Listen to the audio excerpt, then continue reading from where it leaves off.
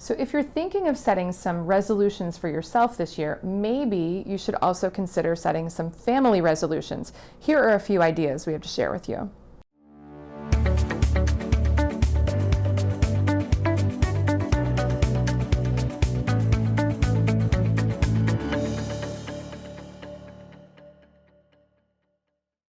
Happy New Year, guys. Well, it is officially the new year, and I'm so excited that it is now time to set some resolutions and goals for the next year. And I am a big goal setter. I always have been. I really love the practice of just looking back over the last 12 months and seeing kind of what happened that maybe we want to course correct or change, and what positive changes do we want to see in the future.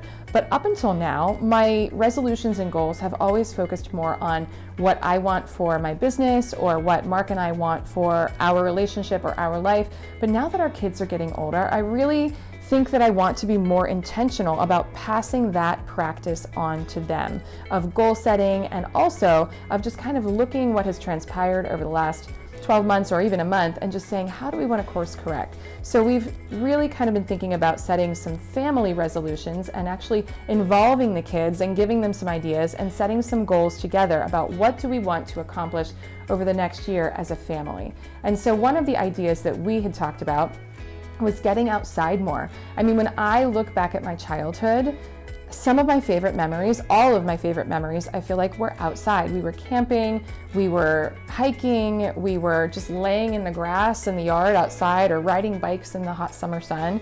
You know, those are all really favorite memories of mine, and I want to make sure that I pass that along to my children. So I think that maybe making it a priority that we sit down and plan something out outside every single month to do, or a couple things to do outside intentionally. Spending more time outside, I think, is super important. So that was my first idea. The second idea is to practice gratitude as a family.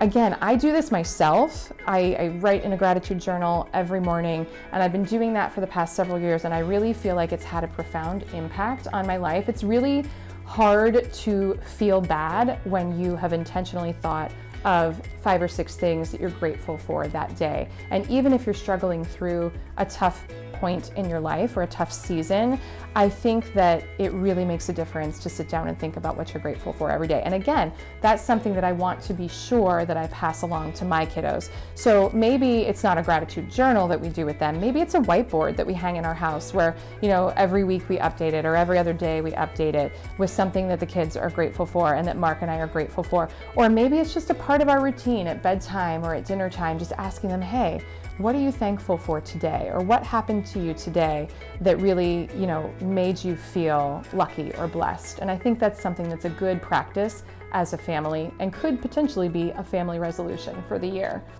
So the third idea for a family resolution is to disconnect more. I mean, we live in such a fast-paced world, and I even find myself feeling the need to constantly reach for my phone to see if I have a new notification or a new text message or a new voicemail.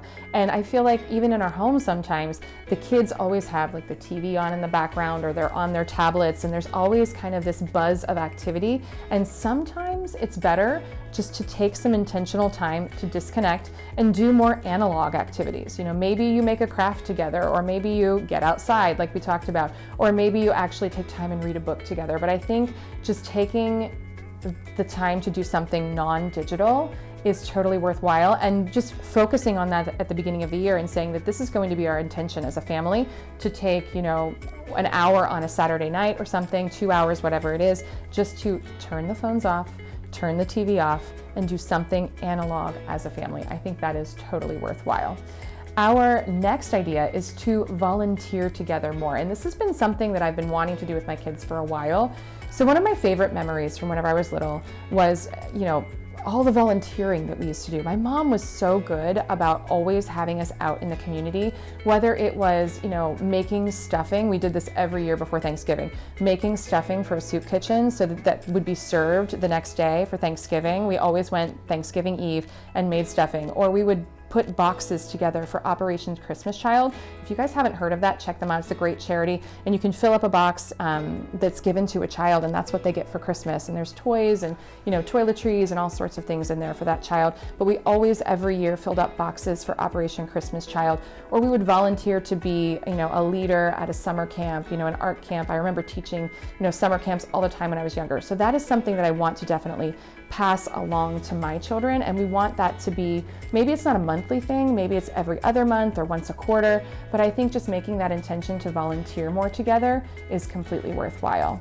Another idea is to maybe cook healthier foods together. I know oftentimes my goal at the beginning of the new year is maybe lose a couple pounds or eat healthier and clean up our diet, but we don't necessarily want to just tell our children that we want to lose weight. So maybe you just actually make it a goal of making healthier foods together.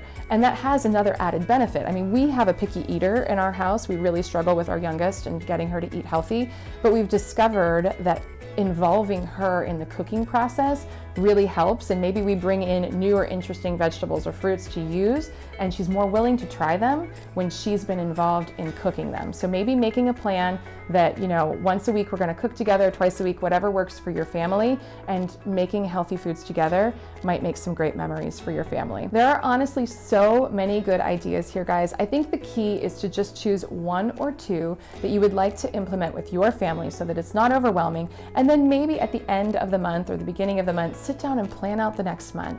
And what do we want to be intentional about, and what do we want to build in our calendar? That way it's actually going to get done. So whatever New Year's resolutions you do decide to set, I hope that you and your family have an amazing 2020. Thanks guys so much for watching, and we'll see you next time.